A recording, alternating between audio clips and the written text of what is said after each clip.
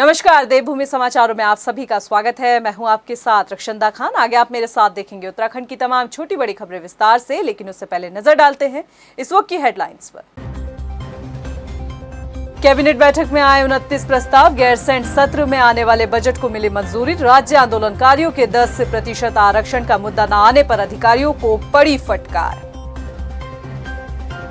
विधानसभा सत्र में सरकार को घेरने की रणनीति बना रहा विपक्ष। जल्द होगी कांग्रेस विधानमंडल दल की बैठक, सड़क से सदन तक उठाए जाएंगे जनहित के मुद्दे।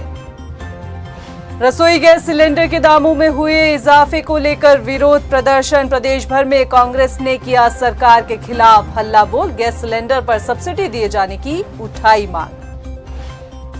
और आगामी 4 धाम यात्रा को लेकर पुलिस प्रशासन भी तैयार। 2000 से ज्यादा पुलिसकर्मी यात्रा मार्गों पर होंगे तैनात। ड्रोन की मदद से बनेगा ट्रैफिक प्लान। हेडलाइंस के बाद बुलेटिन में खबरें विस्तार से। और बात सबसे पहले करते हैं कैबिनेट बैठक की। मुख्यमंत्री पुष्कर सिंह धामी की अध्यक्षता में कैबिनेट बैठक हुई, जिसमें कई फैसलों पर चर्चा के बाद मुहर लगी है। कैबिनेट में गैरसैंण सत्र में आने वाले बजट को मंजूरी मिल गई है, तो वहीं राज्य आंदोलनकारियों के आरक्षण को लेकर भी चर्चा हुई। इसके अलावा कैबिनेट बैठक में क्या कुछ खास रहा, आइए आपको अपनी इस रिपोर्ट में दिखाते हैं। कैबिनेट बैठक में आए 29 प्रस्ताव, गैरसैंण सत्र में आने वाले बजट को मिली मंजूरी। सरप्लस रहेगा बजट, राज्यपाल के अभिभाषण को भी मंजूरी। गन्ने के समर्थन मूल्य का भी रखा गया प्रस्ताव। सोलर पॉलिसी को मिली मंजूरी। समूह ग की तकनीकी गैर तकनीकी पदों पर इंटरव्यू व्यवस्था खत्म करने के फैसले पर लगी कैबिनेट की मोहर। पर्यटन नीति का कैबिनेट के सामने हुए प्रस्तुतिकरण। राज्य आंदोलनकारियों के 10% आरक्षण का मुद्दा न आने पर अधिकारियों को पड़ी फटकार। दूरसंचार और श्रम विभाग की सेवा नियमावली को मंजूरी। राजस्व और अलग अलग विभागों की कब्जों की जमीनों को लेकर सीएम की अध्यक्षता में बनी सब कमेटी। उच्च शिक्षा विभाग के प्रस्ताव पर भी हुई चर्चा। नामी गिरामी कॉलेज विश्वविद्यालयों के उत्तराखंड में खोले जाएंगे कैंपस। विदेशी शिक्षण संस्थानों को भी कैंपस खोलने के लिए जाएगा आमंत्रण। सीएम स्वरोजगार योजना में हुआ संशोधन। नगर निगमों में जो नए गांव शामिल हुए हैं, उनमें दाखिल खारिज को राजस्व परिषद करेगा। होटल मैनेजमेंट की बनाई गई नियमावली। ग्राम्य विकास के अंदर रीप के ढांचे में संशोधन। गैरसैंण में आयोजित होने वाले बजट सत्र के दौरान जहां धामी सरकार आम बजट को पेश करेगी, जिसको लेकर कैबिनेट की बैठक में मुहर लग चुकी है, तो वहीं मुख्यमंत्री पुष्कर सिंह धामी ने बजट को लेकर जनता को आश्वस्त किया कि इस बार का बजट उनकी अपेक्षाओं के अनुरूप होगा। इस बजट में स्टेक होल्डर से लेकर विशेषज्ञों तक के सुझाव शामिल किए गए हैं। सीएम पुष्कर सिंह धामी ने कहा कि बजट के जरिए राज्य के विकास को आगे बढ़ाने का काम किया जाएगा। बजट इस बार का हमारा आजीविका पर, रोजगार पर, मुख्य रूप से मातृशक्ति और नौजवानों के लिए, उनके हितों के लिए और उनको आगे बढ़ाने के लिए उस पर केंद्रित रहेगा। और अभी आज मंत्रिमंडल में भी हम लोगों ने चर्चा की है और अभी एक हम लोग बैठक भी इसमें कुछ स्टेक होल्डरों के साथ करने वाले हैं। बहुत सारे सुझाव आए हैं। हमारा प्रयास रहेगा कि सभी की आशाओं के अनुरूप, सभी की अपेक्षाओं के अनुरूप ये हमारा इस साल का बजट हो। जहां एक तरफ विधानसभा सत्र को लेकर सरकार के स्तर पर तमाम तैयारियां चल रही है, तो वहीं विपक्ष भी अपने तल्ख तेवरों के साथ गैरसैंण में होने वाले विधानसभा सत्र में सरकार को घेरने की रणनीति बना रहा है। कांग्रेस के कद्दावर नेता प्रीतम सिंह ने कहा कि सत्र से पहले कांग्रेस विधानमंडल दल की बैठक होगी, जिसमें निर्धारित किया जाएगा कि कौन से मुद्दों को नियम 58 और नियम 310 के अंतर्गत उठाया जाए, साथ ही सरकार को किस तरह से घेरा जाए। प्रीतम सिंह ने कहा कि कांग्रेस मुस्तैदी के साथ सदन में सरकार को घेरने के लिए एकजुट होकर दम भरेगी। मुद्दों की कमी नहीं है, भरमार है। अब ये सरकार पर निर्भर करता है कि बजट सत्र की अवधि वो कितनी लंबी रखती है। हर दिन कांग्रेस कार्य स्थगन के माध्यम से और प्रश्नकाल में सरकार पर प्रहार करने का काम करेगी और सत्र प्रारंभ होने से पूर्व कांग्रेस विधानमंडल दल की बैठक होगी। उस बैठक में हम तय करेंगे कि किस विषय को किस नियम के अंतर्गत जो है सदन के अंदर लाना। केंद्र से राज्य सरकार को 1 महीने के लिए 300 मेगावाट अतिरिक्त बिजली आपूर्ति स्वीकृत हुई है, जिसके लिए मुख्यमंत्री पुष्कर सिंह धामी ने केंद्रीय ऊर्जा मंत्री आर.के. सिंह का आभार जताया है। दरअसल राज्य को केंद्र सरकार से आवंटित होने वाली 300 मेगावाट बिजली की अवधि 28 फरवरी को पूरी हो गई थी, जिस पर सीएम पुष्कर सिंह धामी ने 300 मेगावाट अतिरिक्त बिजली का कोटा जारी करने के लिए केंद्रीय ऊर्जा मंत्री को अनुरोध पत्र लिखा था, साथ ही फोन पर भी बात कर आग्रह किया था। मैं धन्यवाद करना चाहता हूं भारत सरकार के बिजली मंत्री आर.के. सिंह जी का कि उनसे मैंने अनुरोध किया था और उन्होंने वो बिजली हमको आवंटित कर दी है और निकट भविष्य में भी हमारी अपेक्षा रहेगी, क्योंकि हमारे यहाँ पर बिजली का बड़ा संकट गहरा जाता और अगर उन्होंने दिया है तो अभी तो धन्यवाद है। निकट भविष्य में भी हमसे अपेक्षा करेंगे कि हमको जो है प्राथमिकता दी जाए। मंगलौर में आयोजित भाजपा की प्रदेश कार्य समिति अल्पसंख्यक मोर्चा सम्मेलन में हरिद्वार सांसद रमेश पोखरियाल निशंक पहुंचे, जहां उन्होंने कार्यकर्ताओं को आगामी लोकसभा चुनाव में मजबूती के साथ अल्पसंख्यकों को जोड़ने का आह्वान किया। साथ ही केंद्र सरकार द्वारा चलाई जा रही अल्पसंख्यक योजनाओं के बारे में लोगों को जागरूक करने की भी अपील की। नहीं किया है, कर रहा है तो भारतीय जनता पार्टी है और इसीलिए पूरी तादाद में, बड़ी संख्या में, बहुत बड़ी मात्रा में सब लोग भारतीय जनता पार्टी से जुड़ रहे हैं। आज जो नवोदित हमारे पदाधिकारी हैं, नई नियुक्तियां जिनको मिली हैं, नई जिम्मेदारियां मिली हैं, उनका अभिनंदन भी हमने किया है।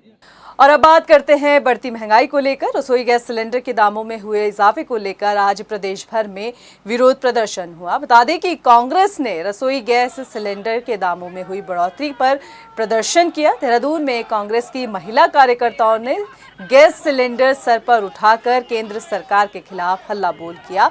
सरकार का पुतला भी फूंका गया। प्रदर्शन में मौजूद कांग्रेस के महानगर अध्यक्ष जसविंदर सिंह ने भाजपा की महिला नेताओं पर हमला किया और कहा कि केंद्र की सरकार को सिर्फ कारोबारियों की चिंता रहती है।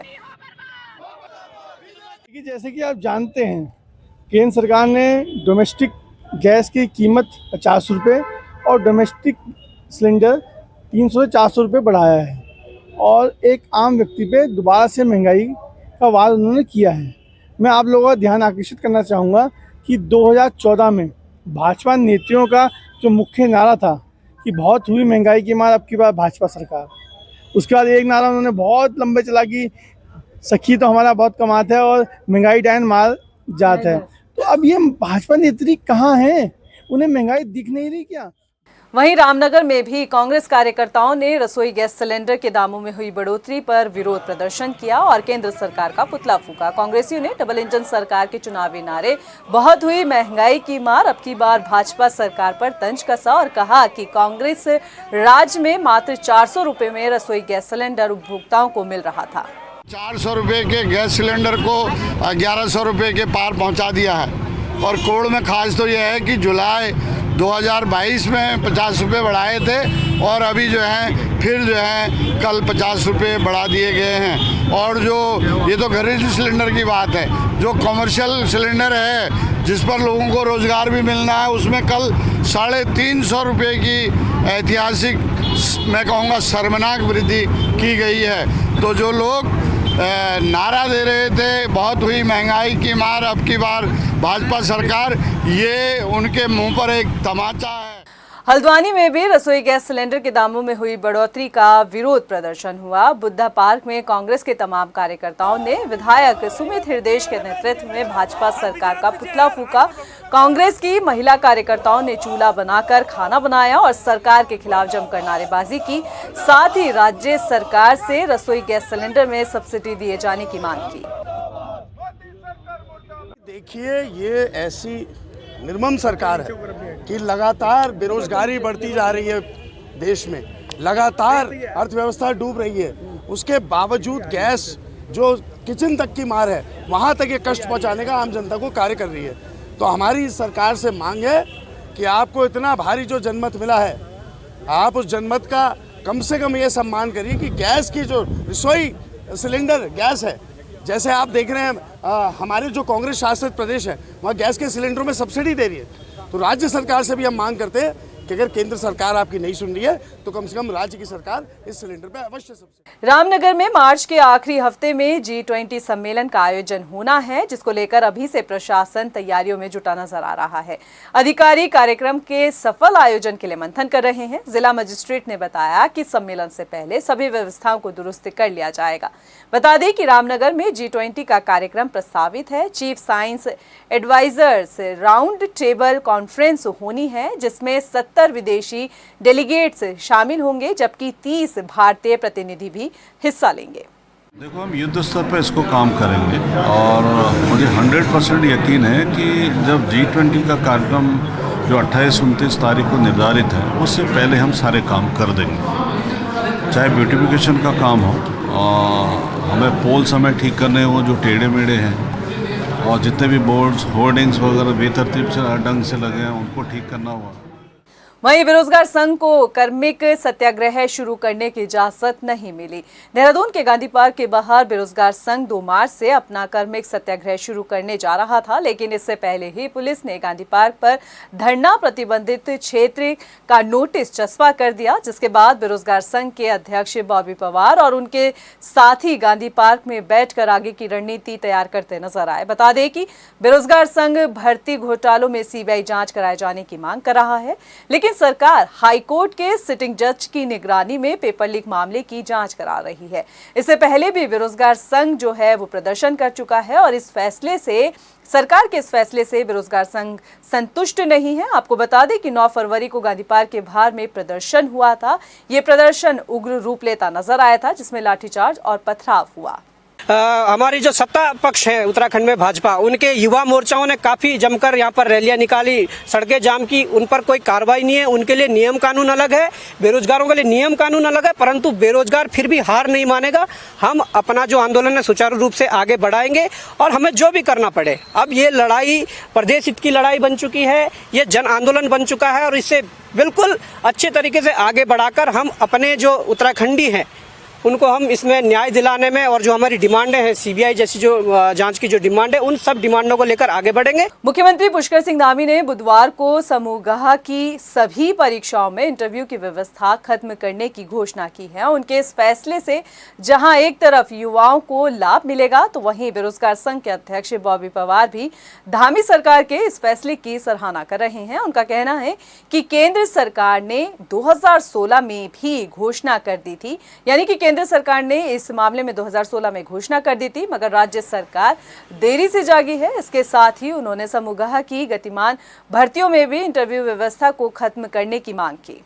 जिन राज्यों ने उसका जो आदेश था उसका जो पालन किया, उन्होंने भी समाप्त किए थे, परंतु उत्तराखंड की सरकारें देर जाग रही है, पर ठीक है, दूरस्थ जाग रही है। अब इन्होंने समाप्त किया तो अच्छी बात है, मैं ये कहना चाहूँगा। परंतु जो गतिमान भर्तियां हैं, जिन गतिमान भर्तियों में अभी ग्रुप C में इंटरव्यू चल रहा है, उन गतिमान भर्तियों में भी इन इंटरव्यू को समाप्त करना होगा। उनमें भी इस इंटरव्यू की बाध्यता को खत्म करके यहाँ के युवाओं को फायदा पहुँचाना होगा। उत्तराखंड में आगामी 4 धाम यात्रा अप्रैल से शुरू होने जा रही है, लिहाजा यात्रा से पहले ही पुलिस भी अपनी तैयारियों में पुरजोर तरीके से जुटी नजर आ रही है। बढ़ते ऑनलाइन रजिस्ट्रेशन की तादाद को देखते हुए इस बार अंदाजा लगाया जा रहा है कि 4 धाम यात्रा पिछले सारे रिकॉर्ड तोड़ सकती है।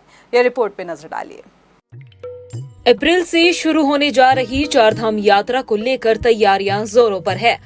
तीर्थ यात्रियों को हर संभव सुविधा मिल सके, इसके लिए हर स्तर पर प्रयास किए जा रहे हैं। उत्तराखंड पुलिस भी 4 धाम यात्रा को सफल बनाने और सुरक्षा के लिहाज से कई नए प्रयास करने जा रही है। DGP अशोक कुमार का कहना है कि इस बार यात्रा को सफल और बेहतर बनाने के कई प्रयास किए जा रहे हैं। 2000 से ज्यादा पुलिसकर्मी 4 धाम यात्रा मार्गों पर तैनात किए गए हैं। 6 कंपनी PAC शामिल की गई है। 28 SDRF की टीमें भी अलग अलग जगहों पर तैनात की गई है। 16 जगहों पर जल पुलिस की टीमें भी तैनात की गई है। 133 पॉइंट ट्रैफिक के लिहाज से संवेदनशील भी चिन्हित किए गए हैं। 57 जगहों पर टूरिस्ट पुलिस केंद्र भी बनाए गए हैं, ताकि तीर्थ यात्रियों को कोई भी परेशानी हो तो वहां पर संपर्क किया जा सके। 4 धाम से जुड़ी तमाम जानकारियों के लिए उत्तराखंड पुलिस ऐप भी बनाया जाएगा। 39 SDRF की पोस्ट भी बढ़ा दी गई है। 660 पुलिस कर्मियों को आपदा से निपटने के लिए प्रशिक्षित किया गया है। देखिए, चारधाम की हमारी पूर्व की भांति पूरी तैयारियां हैं और हर बार हम प्रयास करते हैं कि कुछ ना कुछ और बेहतर करें। अभी हमने 2000 के करीब पुलिसकर्मी लगाए हैं, उसमें 6 कंपनी पीएसी भी है। एसडीआरएफ की टीमें 28 जगह लगी हैं चारधाम यात्रा रूटों पर, और जल पुलिस की भी टीमें 16 जगह पे लगी है। इसके अलावा 133 पॉइंट हमने ट्रैफिक के आइडेंटिफाई किए हैं जिससे यातायात सुगम चलता रहे, और 57 जगह पे टूरिस्ट पुलिस केंद्र बनाए हैं। कुल मिलाकर के हमारा प्रयास है कि चारधाम यात्रा पूरी तरह सुगम हो, सुरक्षित हो, यात्रियों को, तीर्थयात्रियों को कम से कम असुविधा हो। तो उसी और जो उनको जिस भी तरह की हेल्प की जरूरत है वो पुलिस द्वारा दी जा सके। और हम इसको उत्तराखंड पुलिस ऐप्स में भी इसकी डिटेल डालेंगे। हम ये भी अपील कर रहे हैं कि हर आदमी जो चारधाम यात्रा कर रहा है उत्तराखंड पुलिस ऐप पे जाके स्टेटस भी देख सकता है, रास्तों की क्या स्टेटस है, आने वाले दिनों में क्या होने वाला है, भीड़ की क्या स्टेटस है। वहीं चारधाम यात्रा के दौरान ड्रोन का फायदा उठाया जाएगा, जहां पर भी भीड़ भाड़ वाली जगह होगी या फिर गाड़ियों की लंबी लाइनें लगी होंगी, ये सब जानकारी पुलिस को ड्रोन के जरिए आसानी से मिल सकेगी।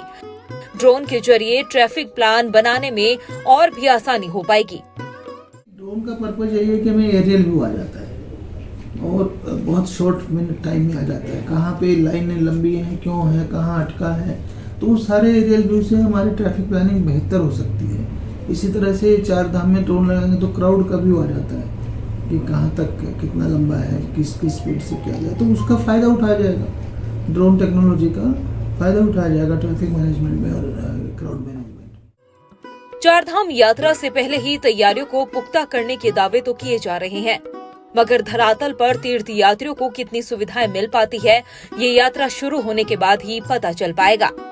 अप्रैल महीने से चारधाम यात्रा शुरू होने जा रही है, जिसको लेकर अब उत्तराखंड पुलिस ने तैयारियां शुरू कर दी है। माना जा रहा है जिस तरह पिछले साल जो यात्रा चली थी, लगभग 45 लाख से अधिक यात्री यहां पर आए थे और दर्शन किए थे चारधाम यात्रा पर। उसी को लेकर इस बार उम्मीद ये जताई जा रही है कि 45 लाख से अधिक श्रद्धालु यहां पर आज इस बार दर्शन करने आ सकते हैं, जिसको लेकर उत्तराखंड पुलिस ने सभी तैयारी पूरी कर दी गई है। वहीं अगर हम बात करें तैयारियों को लेकर, तो जो एसडीआरएफ के जो कर्मचारी है, करीब 2000 से अधिक कर्मचारियों की ड्यूटी तैनाती कर दी गई है। वहीं जल पुलिस की बात करें या फिर जो चौकी चेक पोस्ट बनाई गई हैं, उन पे भी इस बार चेक पोस्टें अधिक बढ़ा दी गई है। वहीं अगर हम बात करें इस बार ड्रोन का फ़ायदा उठाने जा रही है पुलिस, क्योंकि अधिकतर देखा जाता है कि जब जाम लगता है, जाम की स्थिति को भांपने के लिए पुलिस को कई घंटे का सामना करना पड़ता है, लेकिन इस बार ड्रोन का सहारा लिया जाएगा, जिससे ड्रोन से पता चल सकेगा कि कहां पर ट्रैफिक जाम हो रखा है। हालांकि अभी चारधाम यात्रा शुरू होने में अभी करीब 1 महीना है और 1 महीने तक लगातार तैयारी करनी है उत्तराखंड पुलिस को। अब आने वाले समय में देखने वाली बात रहेगी, जिस तरह से बात की जा रही है कि लाखों की तादाद पर श्रद्धालु यहां पर चारधाम यात्रा आएंगे, तो अब देखने वाली बात रहेगी कि उत्तराखंड पुलिस की किस तरह की तैयारी है और जो यात्री आएंगे उनको किस प्रकार से सहूलियत मिल सकती है। कैमरा पर्सन संदीप त्यागी के साथ हिमांशु चौहान, देहरादून। गदरपुर के चक्की मोड़ से कांग्रेसियों ने हाथ से हाथ जोड़ो अभियान यात्रा की शुरुआत की, जिसमें पहले कांग्रेसियों ने जनसभा का आयोजन किया, साथ ही केंद्र और प्रदेश सरकार को आड़े हाथ लिया। कांग्रेस नेता सुमित्र भुल्लर ने कहा कि कांग्रेस हाथ से हाथ जोड़ो अभियान के जरिए घर घर में एकता का संदेश दे रही है, ताकि राजनीति फायदे के लिए फैलाई गई नफरत को मिटाया जा सके। कार्यक्रम में जसपुर विधायक आदेश चौहान और पूर्व विधायक त्रिनाथ विश्वास भी शामिल हुए। हाथ से हाथ जोड़ो अभियान जो आप जानते हैं, भारत जोड़ो यात्रा का जो दूसरा चरण है, हमने घर घर तक हाथ से हाथ जोड़ो अभियान के माध्यम से पहुंचना है।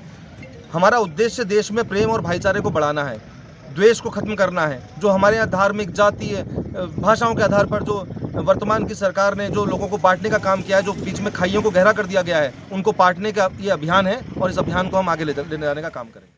राज्य का चर्चित अंकिता हत्याकांड मामले में परिवार प्रशासन से न्याय की गुहार लगा रहा है। पौड़ी में अंकिता की माता ने डीएम आशीष चौहान से मुलाकात की और बेटे को जल्द सरकारी नौकरी दिए जाने की मांग की। अंकिता की माता ने कहा कि बेटी की अंत्योष्टि के वक्त में प्रशासन ने सभी मांगों को पूरा करने का वादा किया था, लेकिन अब तक कोई मांग पूरी नहीं हुई। वहीं जिलाधिकारी ने बताया कि बेटे को टीएचडीसी में 15,000 के स्टाइपेंड पर रखा गया है। परिवार की हर संभव मदद की जा रही है। मेरी प्रशासन से हाथ जोड़ के विनती है कि उन्होंने हमसे सीएम धामी जी ने हमसे वादा किया था, मेरे पति से भी, कि जब मेरे बेटे की अंत्येष्टि की थी तो उन्होंने कहा था कि आप जो मांग रखोगे हम पूरे करेंगे। लेकिन अभी तक उन्होंने किसी भी मांग पे, हमारे मतलब 5 महीने हो गए, हम दर की ठोकरें खा रहे हैं। कभी नैनीताल भाग रहे तो कभी कहीं भाग रहे, कभी कहीं भाग रहे। अभी तक हमें मतलब कोई न्याय नहीं मिला। न्याय की उम्मीद तो दूर।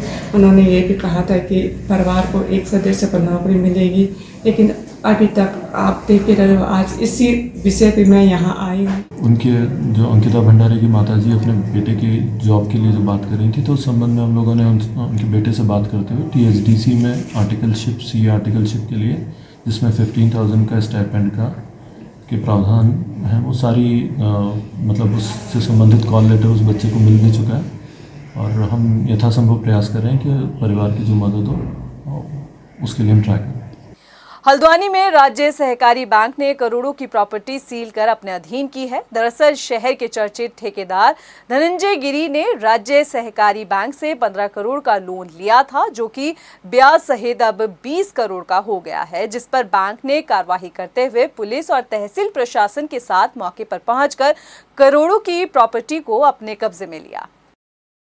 15 करोड़ लोन दिया गया था, जो ब्याज सहित 20 करोड़ से अधिक हो गया, और इनके पे हमने वसूली की सरफेसी की कार्रवाई करी थी, जिसमें उसमें 13(2) की कार्रवाई होती है। उसमें सिंबॉलिक पोजीशन हमने पहले ले लिया था। एक्चुअली बैंक की मॉर्गेज प्रॉपर्टी थी, बैंक द्वारा एक कब्जे का आदेश उसमें हुआ है। कानूनी व्यवस्था की दृष्टि से हम लोग मौके में मौजूद हैं। तो ये तो अभी मॉर्गेज प्रॉपर्टी के संबंध में कार्रवाई चल रही है। अभी कब्जा लेने की प्रक्रिया बैंक कर रहा है। हम लोग कानूनी व्यवस्था की दृष्टि से मौके में मौजूद हैं। दिनेशपुर में हौसला बुलंद चोरों ने भाजपा नेता के घर को निशाना बनाया है। आरोपियों ने घर बंद होने का फायदा उठाकर घर में मौजूद लाखों रुपए के जेवरात चुरा लिए। भाजपा नेता ने बताया कि वे शहर से बाहर गए हुए थे, उस दौरान घर में चोरी हुई। देखा मेन जो है, जो एल्युमिनियम दरवाज़ा तोड़ के अंदर घुस के सारे ताला जो है, तीनों कमरे के ताला तोड़ के वो पूरा खंगाल के जो है, उनको चाबी भी मिल गया। और वो जो है जाके सारे अलमारी खंगालने के बाद जितनी भी ज्वेलरी थी उसके अंदर, वो सारा वो ले गए। अभी के लिए फिलहाल इतना ही, मुझे दे इजाजत। लेकिन चलते चलते नजर डालते हैं इस वक्त की हेडलाइंस पर। कैबिनेट बैठक में आए 29 प्रस्ताव। गैरसैंण सत्र में आने वाले बजट को मिली मंजूरी। राज्य आंदोलनकारियों के 10% आरक्षण का मुद्दा न आने पर अधिकारियों को पड़ी फटकार। विधानसभा सत्र में सरकार को घेरने की रणनीति बना रहा विपक्ष। जल्द होगी कांग्रेस विधानमंडल दल की बैठक। सड़क से सदन तक उठाए जाएंगे जनहित के मुद्दे। रसोई गैस सिलेंडर के दामों में हुए इजाफे को लेकर विरोध प्रदर्शन। प्रदेश भर में कांग्रेस ने किया सरकार के खिलाफ हल्ला बोल। गैस सिलेंडर पर सब्सिडी दिए जाने की उठाई मांग। और आगामी 4 धाम यात्रा को लेकर पुलिस प्रशासन भी तैयार। 2000 से ज्यादा पुलिसकर्मी यात्रा मार्गों पर होंगे तैनात। ड्रोन की मदद से बनेगा ट्रैफिक प्लान।